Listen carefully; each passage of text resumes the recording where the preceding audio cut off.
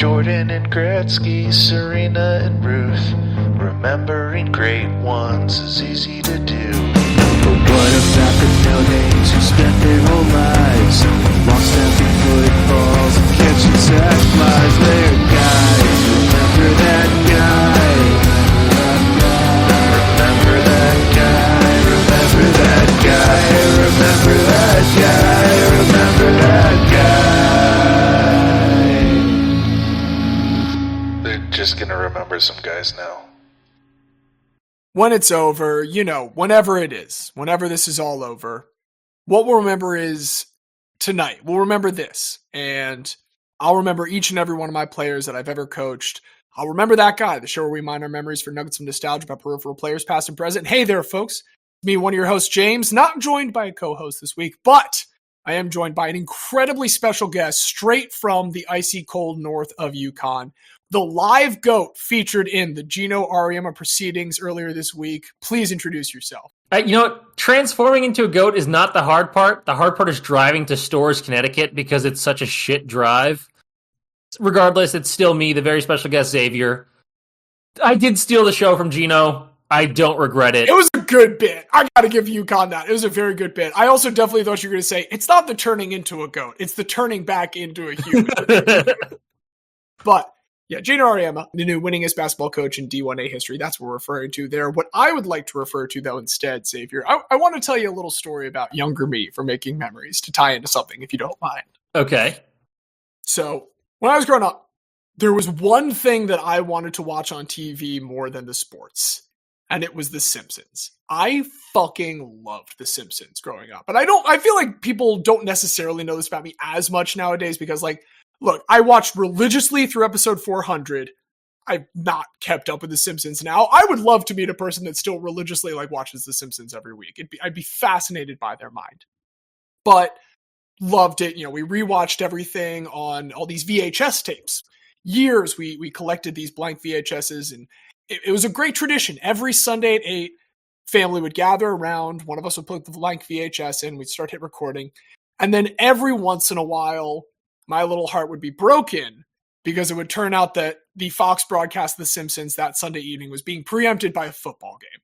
And this is, before I gave a shit about any football that wasn't the Ravens, essentially. I did not care beyond the Ravens for quite some time.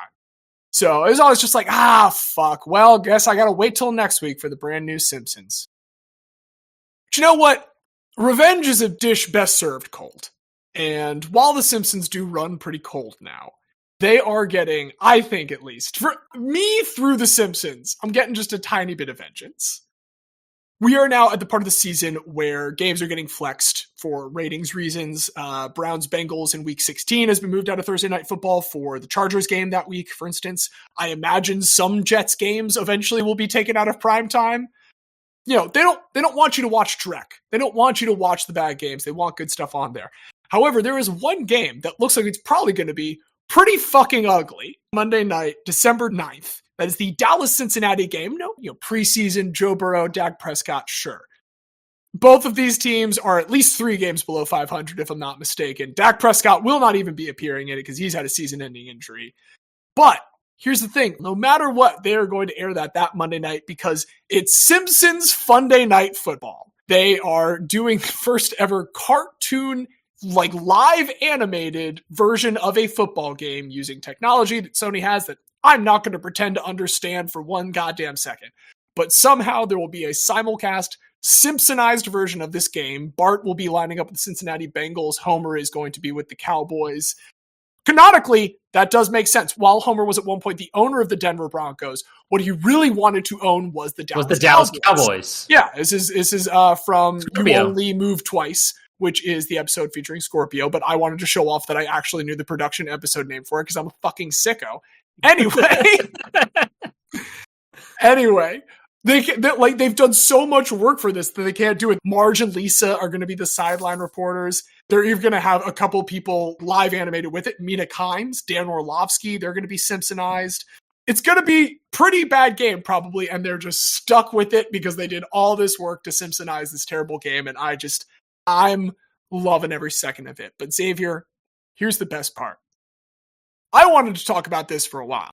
It is just this week that you and I learned a little something about our Christmas Day plans this year. Have you heard about this? Ooh, I do. I don't think I have heard about this. Please tell me.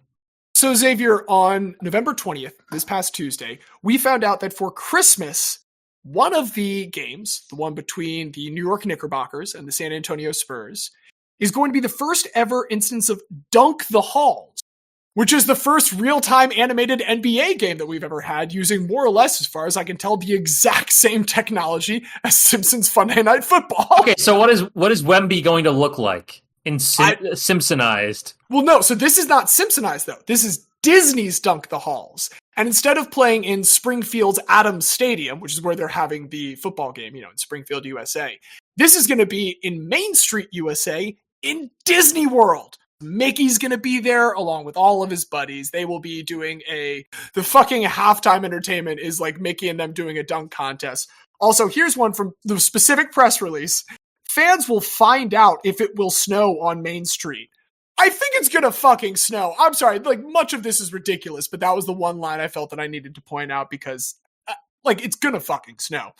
We will also get to find out how many churros Goofy can eat. Do you have a guess? How many churros can Goofy the dog consume? So there's one answer that I'm not going to say because this is Disney. So I'll just say 20. Cool. I'll say 69, and we can move on to the one last note that I do want to point out, because we'll also have animated analysts for this. Monica McNutt is going to be, I guess, Disney-fied versus Simpsonized this time. Shout-outs, though. Special shout-outs to the play-by-play guy, Drew Carter, for Dunk the Halls.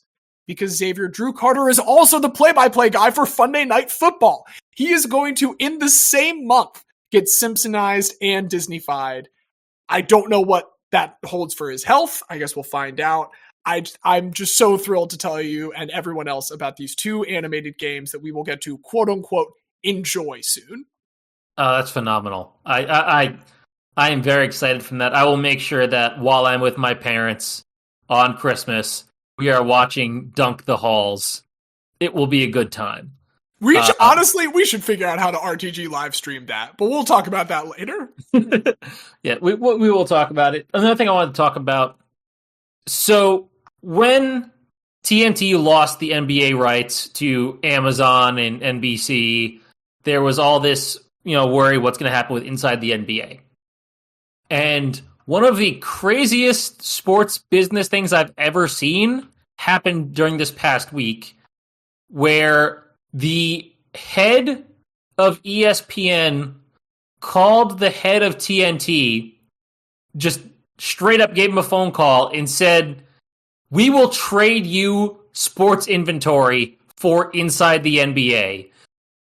I can think of exactly one similar thing. I can actually think of one thing. I guess I would have to look up who Al Michaels was traded to, but Al Michaels, commentator, was traded by ABC/Disney for the rights to Oswald the Lucky Rabbit, who was the animal animated creature that Walt Disney made before Mickey Mouse. Tying back to Dunk the Halls, Oswald the Lucky Rabbit can now appear in Dunk the Halls because Disney/ABC traded Al Michaels for this cartoon rabbit. I'm looking at an ESPN article about that right now. That is crazy shit. That's a deep cut, guys. That's why you come to RTG. So not as wild as that. But in this case, TNT needed inventory to satisfy advertisers and everything like that. So they're getting 13 Big 12 football games and 15 Big 12 basketball games. And this is for 6 seasons. In exchange, Inside the NBA will be aired on ESPN, still produced by TNT in TNT studios, but only aired on ESPN platforms. Apparently, everyone other than Shaq has a contract. ESPN/TNT still need to get Shaq under contract, but Inside the NBA will exist, but it will be on ESPN. So, really interesting deal there. Apparently, TNT still gets NBA highlights and overseas broadcasting rights in a couple countries. They get to kind of stay in the NBA business, but very unusual, although thanks to James, we know not the most unusual, but a business trade of a TV show, analyst show for sports inventory, which me as a lawyer finds absolutely fascinating. I'm going to say one more thing. I didn't realize I had so much Disney trivia that was relevant today, but I will say that in terms of getting a contract with Shaq, they have legally worked with him before because Kazam was put out by Touchstone Pictures, which is and was at the time a subsidiary of Walt Disney Studios. I mean, yeah, it was 30 years ago. So. I'm just saying there's a relationship. I just wanted to mention Kazam. Fair enough. Just make sure it's not Shazam, the movie that doesn't exist that people think existed. The other thing I want to talk about was I read a anonymous NHL player poll in The Athletic from the other day. And this one was about sports betting. I don't know how surprising any of this is to people, but a lot of NHL players get Venmo requests from people that find their phone numbers and Venmo accounts and request money from them because they lost parlays or bets thanks to the team that player was on. Quote, I've been sent Venmo requests before. Like, hey, I bet on you guys to win and you blew it. Give me back my $50. I think I paid one guy back once, sent him like $20. I imagine this is not a hockey specific thing, but this is the particular realm that they happen to be asking for this. Yeah, definitely not hockey specific. It is going to be more frequent in every sport, but 1/3 of the players polled in this said they're getting harassing messages about gambling since sports betting became legal. So I'm not surprised, but also please don't do this. It's not funny, and it's really creepy, and you probably have a gambling problem, so call that 1-800-GAMBLER line. And I'm not endorsing stalking, but, like, if you're going to get an athlete's phone number, that's such a dumb thing to waste it on. There's so much cooler shit you could do. Like, again, I'm not endorsing this, but clearly the people that are doing this are gonna do it. So, like, don't waste your shot on a fucking Venmo request. Do a cooler crime. But James, there's something else that we are going to do today because our good friend Diaz is not here. And as this was your idea, I will let you explain it to our dear listeners. Hell yeah. Well, with Diaz currently amassing a rebel force in Puerto Rico to come back and liberate the United States, I figured it would be important for us to maintain without him. And it just so happened that the Hall of Fame ballot came out this particular week, the most recent one for this upcoming year. And we, a couple years back, did one where we filled it out as if we had a BBWAA vote for the Hall of Fame. But I think that was a little bit of a misguided exercise because we don't have one of those votes. However, we do have votes for the Hall of Guy. And while this, inducting 10 people, just the two of us, that would be fucking crazy. I think we can do a better hypothetical exercise looking at a Hall of Fame ballot as a Hall of Guy ballot than what we did with our original attempt. So today, Xavier, you and I are going to look over both the writers and veterans ballot for a reason I'll mention in just one moment. With all of the expertise that we've built up in the 3 years since talking about the Hall of Fame, we're going to instead evaluate these guys who have gotten the honor of making the Hall of Fame ballot, but very clearly aren't going to make it. That is the one requirement. This cannot be someone that we think will make the Hall of Fame as we go through it. It can be someone that maybe we think should, but if we honestly think they're going to make it, then I think that doesn't quite work here. And I want to mention that in particular because we should start with a pair of honorable mentions. Xavier, do you know the two players I have in mind? I'm assuming it's Ben Zobrist and Luis Tiant. It is exactly Ben Zobrist and Luis Tiant. That's even the order that I have them written here in the notes. Ben Zobrist is on the writer's ballot this year. Luis Tiant is on the veterans ballot. You can convince me I think Ben Zobrist should be in the Hall of Fame. Frankly, I think Ben Zobrist should be in the Hall of Fame for reasons beyond exclusively production, but he's already in the Hall of Guy, as is Luis Tiant, who genuinely make it in on the veterans ballot, though it would be posthumous honor. With those two already being in, we're going to set them aside as we look at the rest of these candidates. But that does leave us with both the veterans and writers ballots in front of us. Xavier, you are the current, king of the hill. So I will go ahead and toss it to you first. Who amongst the Hall of Fame candidates this year do you think would be better served by turning their eyes towards a different hall? So this is interesting. It's interesting because with the main ballot and the Veterans Committee, we start off with 36, and then we take off the 2 for honorable mentions. That leaves 34. And then the way I looked through it was, okay, take off who I think is going to make the actual Hall of Fame. Yes. And I don't know how close our overlap is on this, but Ichiro is going to make the Hall of Fame. I assume Billy Wagner will make the Hall of Fame. Yes. I operated thinking that, at least. CC is going to make the Hall of Fame. Beltran is going to make the Hall of Fame. He got enough last year that I think it's going to happen for him. I think Dick Allen and Ken Boyer possibly on the Veterans Committee. Dick Allen was exactly 1 vote short. I will mention for any listeners not aware last time that he was on the Veterans ballot. I'm almost certain he is going to get in. I do want to give him a shout out. We have mentioned him on the show in regards to Nancy Faust, because during his MVP season, Nancy Faust played Jesus Christ Superstar every time he came up to bat. So I just wanted to make sure to mention that about Dick Allen. But I agree. I think Dick Allen's going to get in, so he was put to the side this time. And then the last 2 I had were I could go either way, but because in the spirit of this, I wanted to make sure. Well, I wanted to pick people that I was pretty certain wouldn't make the Hall of Fame. So I also put Andrew Jones and Dustin Pedroia to the side because I think that I don't think Dustin Pedroia is making the Hall of Fame. I think he will, weirdly enough, because I was reading a really good article by Keith Law about it.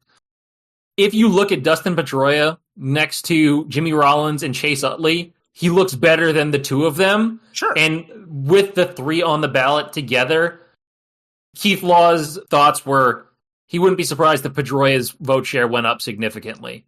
And because he has so many years left on the ballot, I wanted to be safe and went away from that. If any of those 3 get in, all 3 should. I'm comfortable saying that at least. If any one of those 3 individuals makes the Hall of Fame, all 3 of those individuals. It's funny. So I have color-coded everyone on this ballot, except for Jimmy Rollins and Chase Utley.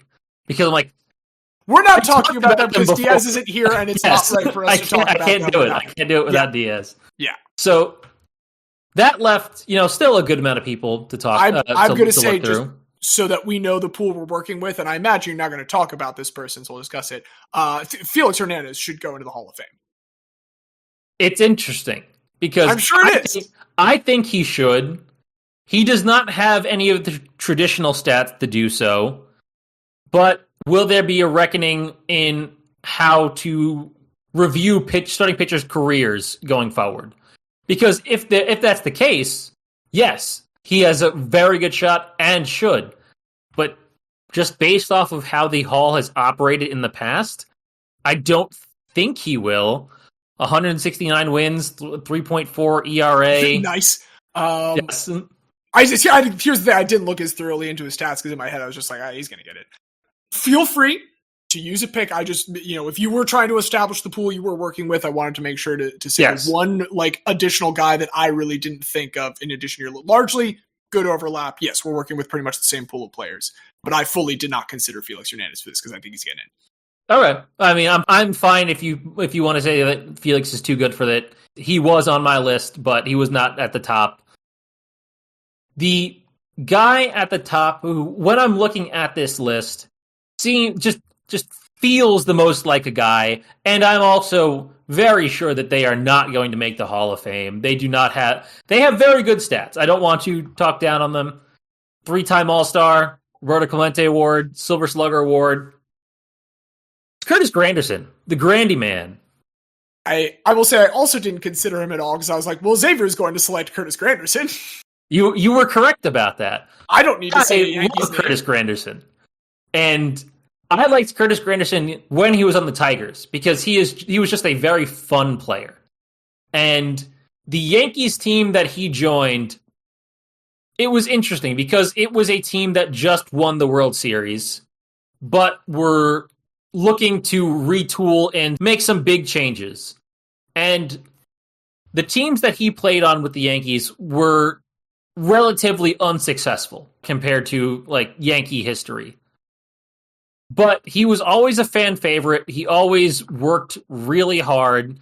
He had some really good seasons. 2 straight All-Star appearances. Sorry, He's a 2020 member, which feels like a very Guy Hall to be in.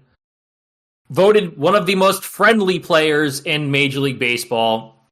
He was a member of the MLBPA working on labor contracts, wore high socks specifically to honor the Negro Leagues, and because we love well-rounded guys, has done a ton of ambassadorial and charity work for Baseball International and to help African-American athletes and youth, because, you know, as we know, and hope maybe our listeners know, there is a large dearth of African-American players in baseball right now. The percentage has gone down significantly, and one of the reasons people believe for it is just that baseball, at least in America, is a more expensive sport to get into compared to basketball or maybe football. Obviously, we know in other countries, specifically Latin America and the Caribbean, it is a much cheaper sport to get into, at least at the beginning. Not so in pay-to-play America.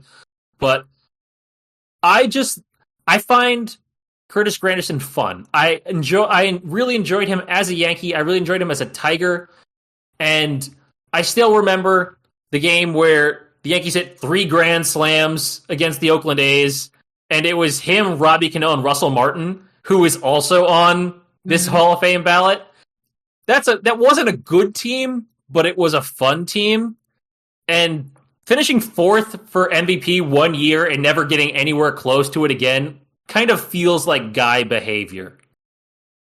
It's funny. There's like, all these teams were good because I fucking hated all of these Yankee teams. I hated Curtis Granderson, but I want to say too, my hate for Curtis Granderson, it feels very appropriate for this because like it was never the way I felt about like Jeter or A-Rod or any of those guys. It was a very mini boss kind of hatred. It would be a remember, oh right, and also fucking Curtis Granderson is here. God, and that is the kind of feeling that's how you should feel about a guy on your arch rival. Just, oh, and also this guy's here on top of all that. I got no problems with Curtis Granderson. Thank you for absolving me for any need to name him. I have an idea of where you're going to go here, but I'm very excited if it's going to be the one that I'm thinking or if you're going to go a different route. I have had one guy that was my 1-1, no matter what, as long as you didn't say it. Because I think he's going to get in no matter what. I think one of the two of us will say him. But I want to take a moment to talk about Mark Buerhle. Okay, that isn't who I thought you were going to go first, but I did have him as well. I know you're not going to talk about the other guy. Like, I could safely wait for him until the 5th round. That's fine. You know not to touch him. This is strategic. I want to get to talk about Mark Buerhle. I think... Okay, so Mark Buerhle, Felix Hernandez, and CC Sabathia all have very similar careers in a lot of ways. Like, I looked this up today. During Mark Buerle's span, from 2000 to 2015, he is the exact same number of wins as CC Sabathia. Now, yes, CC Sabathia plays for a couple more years after that, but he has the exact same number of wins and the exact same ERA plus as CC Sabathia. Now, yes, there's more strikeouts for sure. Mark Buerle's a ground ball pitcher, all those things. But like the three of them together, incredible trio to consider. However, I do with you agree that CC Sabathia is probably going to go in. And again, like, of those three, you eyeball test Felix Hernandez, and like you just were watching one of the best pitchers in the world every time he did it. There were times that you watched him and you thought he was the best pitcher in the world. Anyone that does that for a sustained period of time, I think just deserves to get in.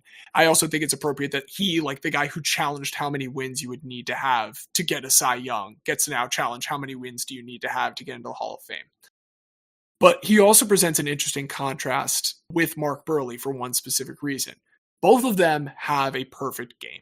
And I think there's kind of two kinds of perfect game pitchers. There are like the all-time greats, your Sandy Koufax, that like, of course they managed to get one in there, you know, like of course they managed to pull off one at some point. The Roy Halladay perfect game, very similar, I think.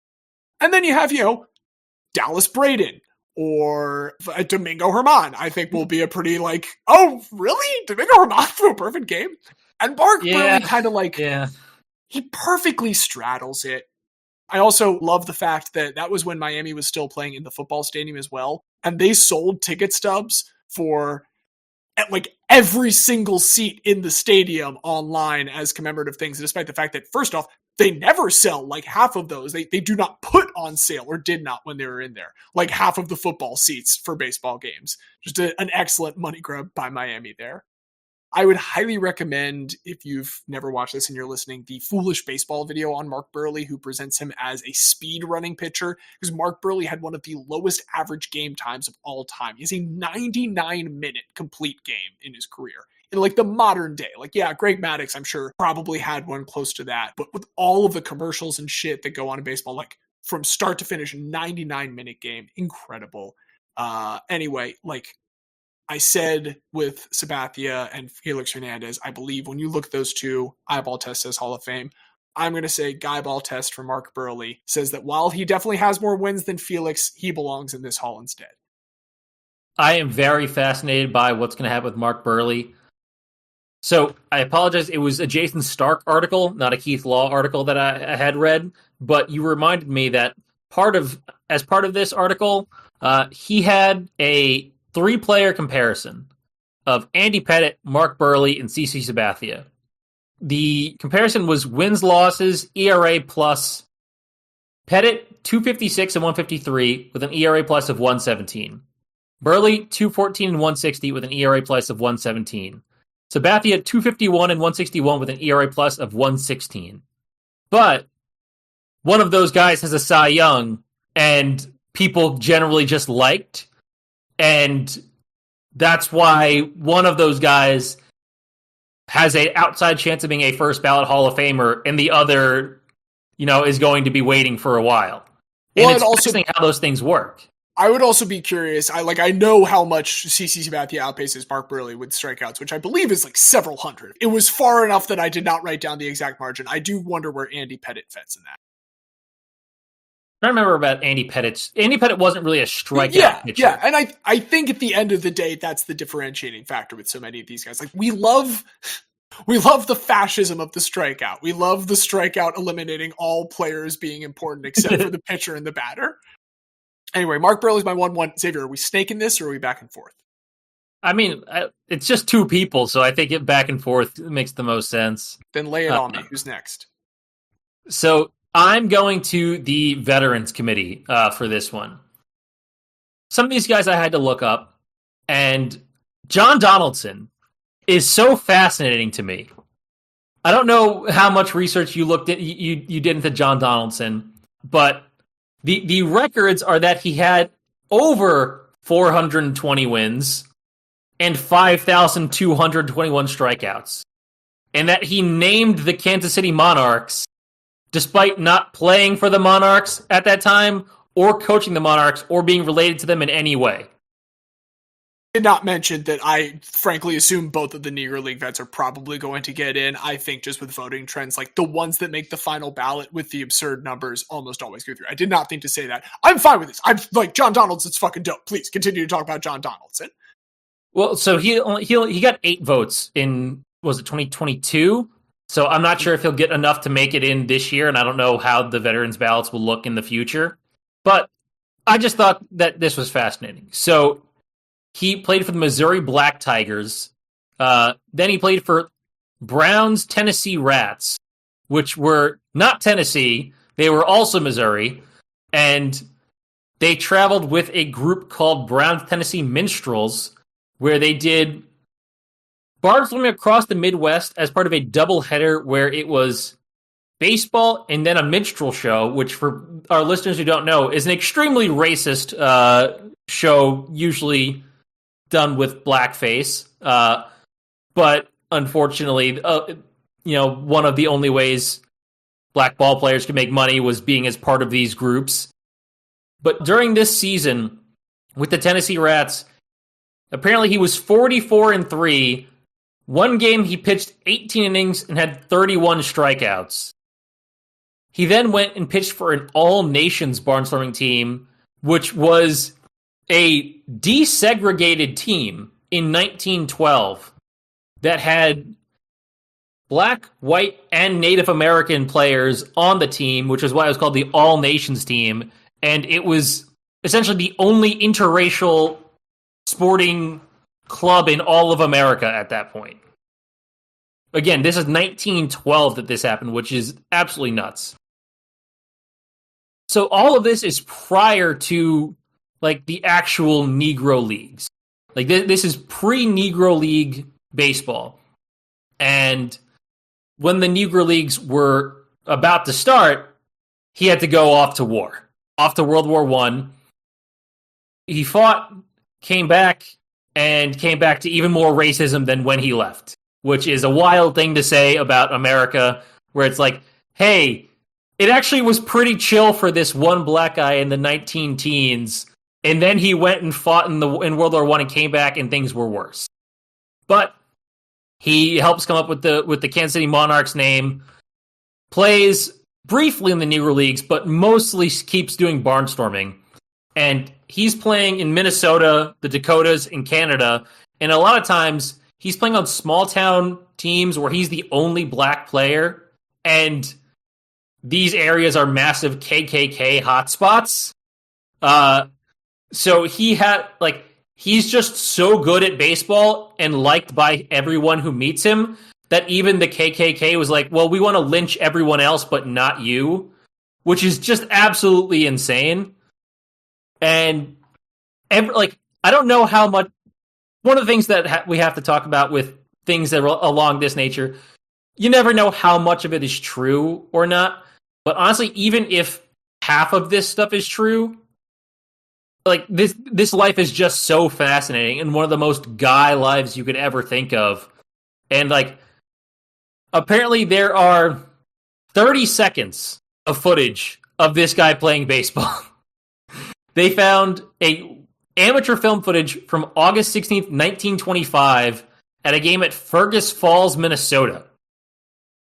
And they just have 30 seconds of him throwing pitches. So we know that he existed for this and did play baseball doing this stuff, but we don't know that much about it. Other than, what I talked about before. But I just think this is super fascinating. I wish we knew more about John Donaldson, but everything we do know is just incredible. Love it. I love it. I think he's going to get in. I also don't think that's a problem. He's going to get in for the same reason that we would want to get him in, which is that it's a great story. And I do think baseball's Hall of Fame is largely and correctly trying to account for the fact that much of that story goes untold in the Hall until recently. But we want to have it in ours as well. So there we go. John Donaldson's number 3. For my next one, do I stay on the mound or do I go to the plate? I'm going to stay on the mound. I'm going to stay on the mound for a moment here. Fernando Rodney. I had him as well. Fernando Rodney, a reliever for 11 different teams. Not quite an Edwin Jackson, not quite an Octavio Dotel. Except both of those guys, fun fact, Xavier, I was surprised by this. Both Edwin Jackson and Octavio Dotel, more career WAR than Fernando Rodney. Fernando Rodney has 7.4 career WAR. And it's hard as a reliever. Half of that is 2012 with Tampa. Half of that is his one incandescent year. Like an all-time, probably top 20, if not top 10 reliever season of all time. And that is half of his career WAR. I know it's tough. Octavio Dotel has double digits. Fernando Rodney does not. But he has enough of a reputation that he has landed here on the ballot. And I think that that's fucking great.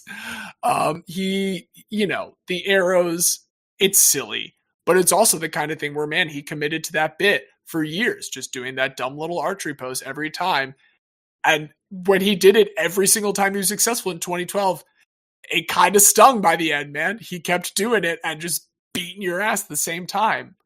Culturally, I feel like he is also one of the great torchbearers for the cap askew movement, as my dad would put it. Like, always a crooked hat on Fernando Rodney in a way that I really did enjoy, and that has certainly made its way to, Pedro Strop is another one I think of that was on the Orioles that definitely probably took that from Fernando Rodney. I shouldn't say definitely. Yeah, I don't think there's much more to say for Fernando Rodney, a career reliever for 11 different teams in a decade and a half, who, again, put up half of his career production by B War in a single season where he just lit the fucking world on fire with Tampa in 2012. And he didn't even make the playoffs that year because the Orioles did instead. I do like Fernando Rodney. You will find no argument from me here on that one. I will not stay on the mound. I will head to the plate. I think El Comodelche deserves to be in the Hall of Guy. For those who don't know, that is Bobby Abreu. You may think of him as a compiler. I don't think he's a compiler. I think he had many successful seasons. Just never reached like the Hall of Fame level, but was really, really good at baseball. An original Devil Ray, but never played for them. He was one of only 7 players to ever have 900 extra base hits and 400 steals. Like, if you only knew him from his later career, you knew him as a big guy, but he was a fast guy. He was a fast guy for a while. You know, multi-time All-Star, multi-time award winner in terms of Gold Gloves and Silver Sluggers, Venezuelan Baseball Hall of Fame, but not, our Baseball Hall of Fame. If Diaz was here, I'm sure he's got that Phillies love. No, so I'm going to actually make a request right here, Diaz. I want you to stop whatever you're doing as you're listening to this. I want you to just text the group chat about how much I remember you fucking hate Bobby Abreu. Oh, crap. I know for a fact. And look, I'm not going to say anything against this, Xavier. You've cast your vote, and that's fine. You've given me full indemnity. But Diaz, I just want you to text me how much you fucking hate Bobby Abreu again. That's fine. He'll get over it. He hit a 500-foot home run at the All-Star game, the home run derby while as a Philly, so he did some interesting stuff for the Phillies. But I don't know. I like Bobby Abreu. He's another fun player, like kind of like a happy-go-lucky player, kind of in the Bartolo Colon style. He does have that look to his face. He has a very kind of like round, jovial face. Yeah. And maybe I just like jovial guys in baseball, a sport that traditionally is not very jovial. Here's the way that you are, I think, making it up to Diaz. You are staking your flag in the ground that Bobby Abreu is not going to make the Hall of Fame. No, he's definitely not going to make the Hall of Fame. Again, everyone I'm talking about today, I think has a less than 10% chance of making the Hall of Fame. You think Donaldson has a less than 10% chance? It's really hard with Veterans Committee. I have absolutely no idea what they're going to do. Okay, for sure. 10% I'm thinking about in terms of like the actual voting process for like the ballots. Like they'll get more than 10% of the vote.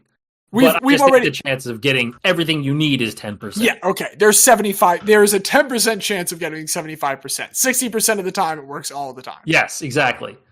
But I don't know. I like guys like that. I like guys who are good players for a long time, great players for a not insignificant number of years. 4 years with the Phillies of 6 WAR or higher, plus another 3 of 5 WAR or higher. That's really good. It's not. It's never great. It's never like the best, but it's really good. You're a solid top 15 player in the NL, maybe top 10 in some years. And I think when we're talking about guys, or at least as guys you can get on, the Hall of Fame ballot, I think that's kind of what we're looking at. All right. Bobby Abreu, number 5, which means as we cross into the back half here. And I'll metagame for one moment. There are 5 altogether that I'm hoping still get mentioned. And one has to be me. And so I'm trying to look a little bit at who I think you won't take of the other 4. Let me tell you about Ian Kinsler. Okay, this is interesting. I had Ian Kinsler down there. Let me tell you about you would like Ian Kinsler. Well, so in the 2014 ALDS, famously the last time that the Baltimore Orioles won a playoff game, in game 1 of that series, which the Orioles eventually absolutely blow the fucking doors off of because they get to Joakim Soria and Jabba Chamberlain in the 8th. And my dad, if Jabba Chamberlain had been able to hear him, probably would have gotten murdered. He Shout out Tucker. ripped into that man. They had an ERA of like 135 after that game, the bullpen for the Detroit Tigers. And I don't mean 1.35. I mean 135. Anyway, Ian Kinsler. Ian Kinsler in this game had 5 plate appearances. And he took 41 pitches in that, including a 14 pitch at bat. His second at bat that he took in the third inning. 14 pitches. And I'm almost certain it ended in a line out. I forgot to put that down. I'm almost certain he ended up getting out. But I just remember this is only the second Orioles playoff game I've ever been to in my life. 2 of 3 at this point. And watching that at bat burned Ian Kinsler into the back of my mind for the rest of his career. And he had a perfectly fine career altogether. He is part of one of, I think, the great 1-for-1 trades of that decade. The Ian Kinsler Prince Fielder trade, I think, is fascinating. Both go on to still be pretty good for both teams, with Fielder going to Texas and Kinsler coming from Texas to Detroit. I totally forgot that Ian Kinsler was a midseason trade acquisition for the 2018 Boston Red Sox. I didn't remember that Ian Kinsler had a ring. So I was delighted to find that out looking him up earlier today. I also just want to share one last thing about Ian Kinsler. His very last season with the San Diego Padres, and his very last appearance was in a game in which the Padres just get absolutely smacked by the Rays. Some great pitchers in this game, by the way. Matt Strom, currently with the Phillies, and Carl Edwards Jr., the person who recorded the last out, the pitcher who recorded the last out of the 2016 World Series. But the last pitcher to make an appearance in this game against the Tampa Bay Rays is Ian Kinsler in his final ever Major League appearance. It is 1 inning of scoreless ball in which he gives up a single hit. That is Ian Kinsler's last baseball appearance in 2019. There's no way you would look at Ian Kinsler at any point and think this is a Hall of Famer. I don't think he had a single season that could make you think, well, if he just did this every year, he just was a very good second baseman. And it's always going to end up being the position where you're just, okay, you washed out at shortstop. Welcome to second base, except for Travis Bazzana. Let me see Ian Kinsler. What can I say? I still think about that 14 pitch at bat, clearly. What you're forgetting about Ian Kinsler is that he has betrayed this country. For those who don't know, Ian Kinsler won a ring with USA at the 2017 World Baseball Classic, and then switched allegiances to play for Israel at the 2020 Summer Olympics, and then coached Israel at the 2023 World Baseball Classic. So he is one of the rare baseball players that has competed for 2 different international teams. Yeah, but so's Marcus Stroman. Technically, as much as I love Puerto Rico, one of those is not a country, and you get citizenship in the other one if you're born there. So I will say this. I think generally it is a good thing. This is completely unrelated to this larger discussion, but I think it is a good thing anytime that good American ball players use loopholes to help get attention and prop up the national baseball programs of other countries. I think it's great that the Italian baseball team gets fucking Vinny Pasquantino every once in a while just to get more eyeballs on them. I think it is great that fucking Max Kepler goes and plays for Germany. He's born in Germany and stuff, but any of the guys in America that can play for other teams and help bring shine to that, look, man, America's got a lot of good fucking baseball players. We don't need all of them for the international competitions. No, we keep them all. Keep them all. No, I got no problem with Ian Kinsler. I had him on my list too. I'm going to go to one that I thought you might have talked about at this point. So I worry that this means that you think that he's going to get in, because I'm going back to the Veterans Committee, and I'm going to Tommy John. I just wanted to I was certain that I didn't have to use one of my votes on this. Okay. What did you go to his BREF page? page? Did you go to his BREF page today? Yes. On 1975, I just want everyone else to know, it's one of my favorite things I've ever found on Baseball Reference. 1975 did not play eponymous surgical procedure. He's the only person on Baseball Reference that has that line anywhere on his page. I think that's fucking delightful. And then the next year he goes 10-10. The most average you could get. And then wins the fucking MVP the year after that. Yeah. Like what? If you had to guess, by B-War, was he more productive before or after the surgery? I don't know if you looked at this split specifically. I didn't look at the split, but I assume it has to be after, right? So, Tommy John's B-War after the surgery, 31.0. Tommy John's B-War before the surgery, 31.1. Oh my God. Can't we It's even better. It's even better than him being better. It's just that it is perfectly split. Like, it's crazy. And I think we're safe in him probably not going in because, look, his accumulation is a fact that he played 26 years, like 60 career WAR, which is often a solid cutoff to look at for a lot of different positions in the Hall. He has that because he averaged a little under 3 for 26 years. Like, he never had, he had the MVP season, but he didn't have like otherworldly seasons at any point. And if you're going to put him in for the cultural reasons, frankly, you should put in Dr. Frank Joby, the guy who actually invented the surgery. Like, if we're going to commemorate the Tommy John surgery, I think Dr. Frank Joby is the person to get a plaque, not Tommy John. I'm completely serious. But I would be fine with a guy like Tommy John finding his way into the Hall of Guys someday. He can join his son-in-law, Patrick Manley. Yes, he can. Exactly. There we go. Tommy John. Anything else on him? It's Tommy John. I mean, it's Tommy John, baby. All right. We know what I'm saving for last. So that leaves me between two. And I got to guess if you will take one of the other two. Do you have a batter or pitcher for your final pick? I have a batter for my final pick. Okay. So both of my guys are batters. I really hope we split the difference and get both of them. I don't think I'll have the person that you want, I'll be honest. Fuck it, I'm going Hanley Ramirez, man. I'm going Hanley Ramirez. I was not going to induct Hanley, so... Okay, there we go. I'm going Hanley Ramirez. You have maximized your pick. Excellent. Did you know how Hanley Ramirez got his name? I must have heard that story at some point before when he was active, but I don't remember, so please tell me. His name was supposed to be Hamlet, but someone misspelled it on the birth certificate. That is how Hanley Ramirez got his name. Do you know how he got to America?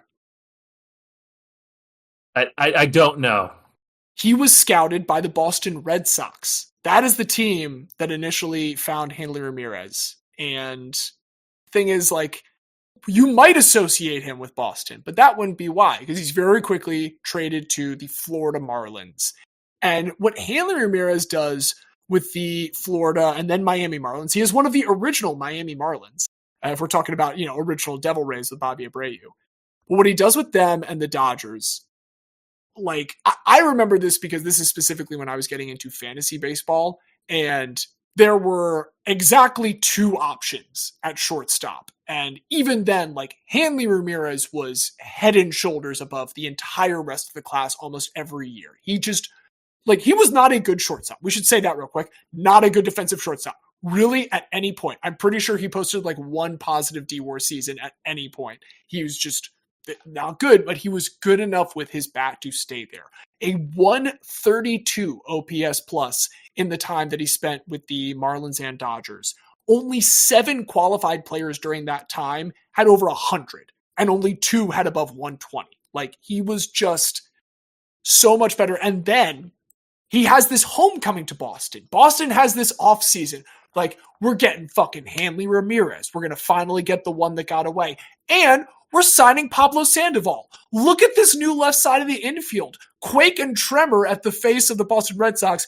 Maybe one of the worst 1-2 punches of an offseason, like, ever. Hanley Ramirez is horrendous. It was so fucking bad. Like, I remember watching them play defense on the left side for maybe a week or two before Hanley Ramirez basically gets, like, marooned to left field forever. Just like, he has one above average offensive season at that point. Doesn't stick it all the way through them. He ends up getting cut like right before the World Series and everything. It's just, like, my God, just such an absolute dive. And one of my favorite kinds of collapses. And this is not to like take too much schadenfreude joy in someone doing badly, but one of my favorite kinds of collapses in baseball specifically, because I think it happens there more than anything else, is the guy who has been good enough at hitting to put up with atrocious defense for years and years and years, who just suddenly stops being able to hit one season.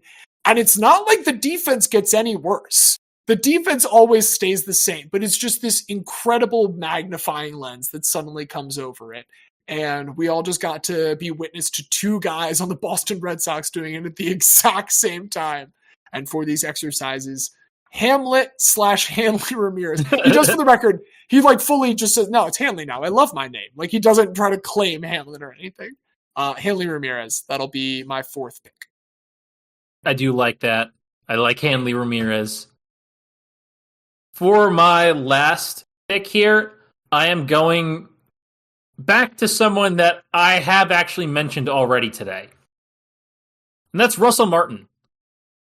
I like Russell Martin a lot. Yes, he was briefly a Yankee, but I barely remember that time, so this has nothing to do with Yankeeness. This is all about the rest of Russell Martin.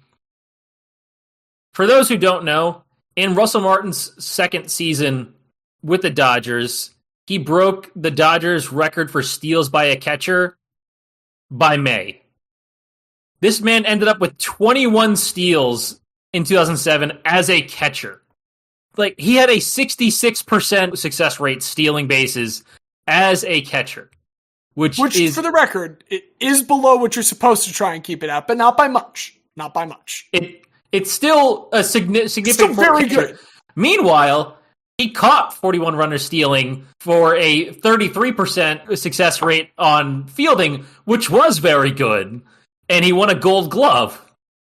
I get why they don't steal. I get that, like, a catcher is already putting their bodies through, like, the most rigorous possible thing on the baseball field at all times, and like, they're already the most fragile people, not as, like, you know, us trying to attack them, just they're hurting themselves by doing the thing that we watch them do more than anyone else.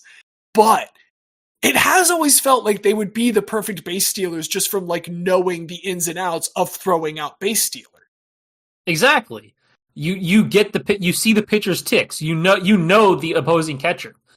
And you know, Russell Martin was just a very good offensive and defensive catcher. That 2007 season, his second season, All-Star, Gold Glove, Silver Slugger.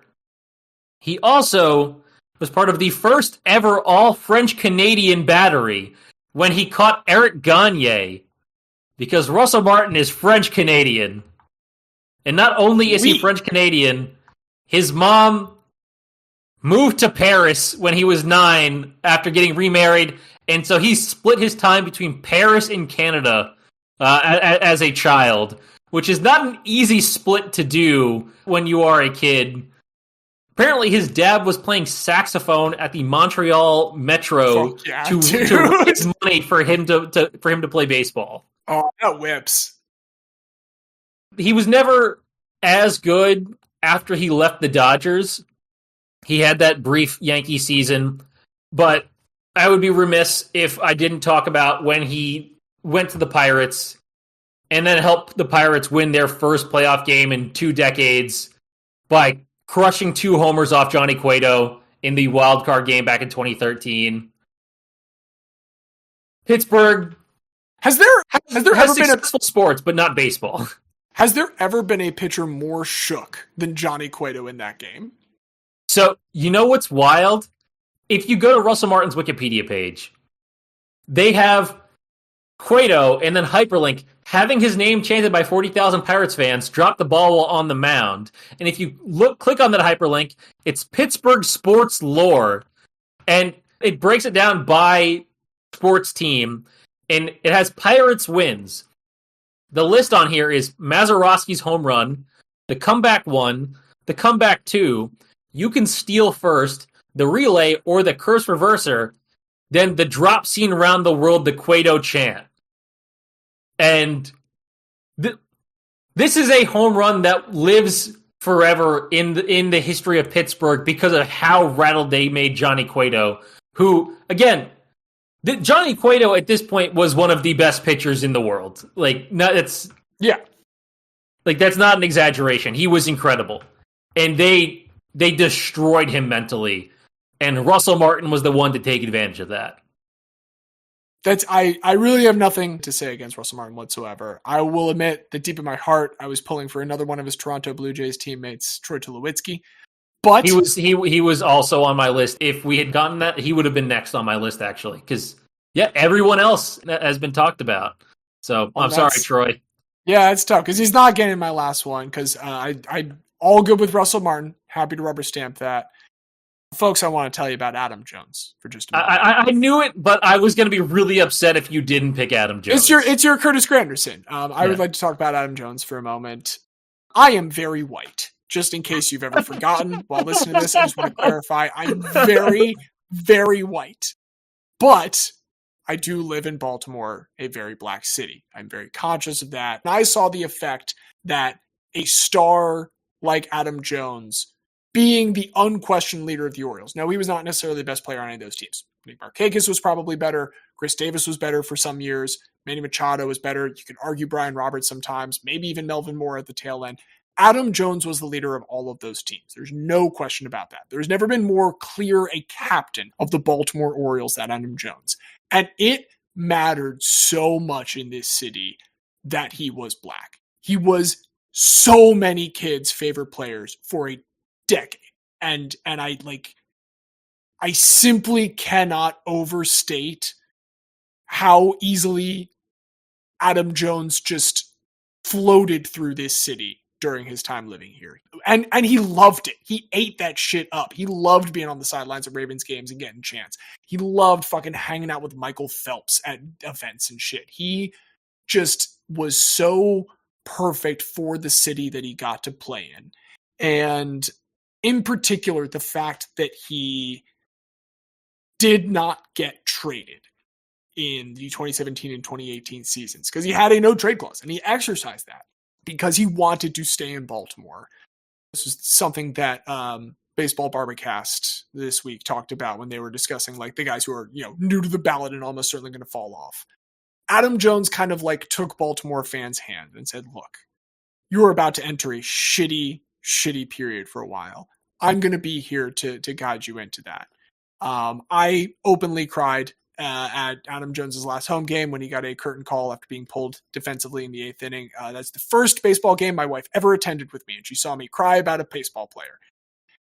If you are able to engender that kind of emotion, and you're definitely not going in the Hall of Fame, which God bless him, Arizona Diamondbacks legend and Oryx Buffalo legend Adam Jones will not be entering the Hall of Fame. If you, though, are still able to make me weep openly despite that, I think you sure as hell belong in the Hall of Guy.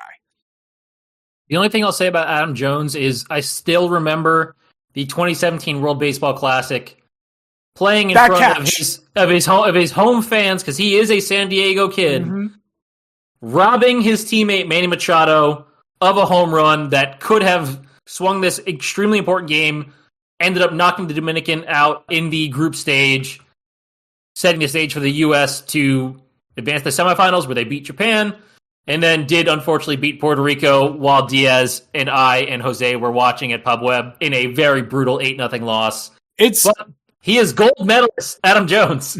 It's unquestionably the best moment of his career, and it's a little heartbreaking that it's not as an Oriole.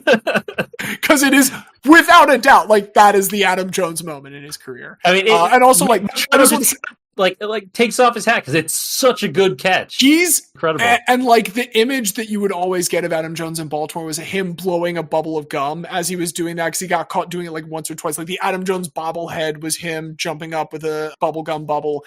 Like he made all those highlight catches. Do want to point out maybe some fraudulent gold gloves. Like he was great at robbing one every once in a while. He also like did definitely fuck up some fundamentals. But yeah, I mean, I love Adam Jones as much as I've ever loved any baseball player. I think that's 10, James. That is indeed 10. So congratulations to our ballot that can get submitted, but will not be inducted today. But let's go ahead and give them all a shout out. Curtis Granderson, Mark Buerhle, John Donaldson, Fernando Rodney, Bobby Abreu, Ian Kinsler, Tommy John, Hanley Ramirez, Russell Martin, and Adam Jones. I hope you enjoy this visit to the Hall of Guy. Troy, if any of those guys get inducted to the actual hall, we'll give you a call. Troy Tulowitzki, first replacement. He's the kid. So when we went to College Jeopardy, this is just some inside baseball for you guys. 2 kids always get invited to sit around as backups. And lovely guy Sam Deutsch was our main backup. He ended up getting to win the next year. But yeah, Troy Tulowitzki, you are our Sam Deutsch. So yeah, that's all I got for you guys today. And that's all Xavier's got. And that's all we got here at the show together. But it's not just the two of us. We always got to thank producer Craig and all the coders behind him. We always got to thank musical director Don Ham for that lovely theme music. And above all, we always got to thank you, dear listener, for checking us out. If you want to check some more stuff out, we continue to put out some written pieces through our dispatch, which you can find at bit.ly/rememberthatguy, all one word, all lowercase. That's also a link that you could, tell a friend to check out if you wanted to encourage them to check this show out as well. We enjoy the fact that we get to talk to anybody, and the only reason that I have ever tried to promote this show is not because we ever hope this becomes anything more than this. We love doing this, and what this is telling stories very, very well. And the only reason that we promote it again is because we think that they are stories that more people will enjoy. And so if you also feel that way, again, tell people to check in. Xavier, anything else for the beautiful folks at home before we head out? Nothing from me. Just thanks for listening. It really is just fun doing this every week, which is why we still try to put out interstitials like this, even when all three of us can't get together. But hopefully all three of us will get together next time. Until then, I've been one of your hosts, James. And I've been the very special guest, Xavier. And I've never done one of these before. I'm not going to take Diaz's place. So I'll keep it simple and just say, Guy-bunal.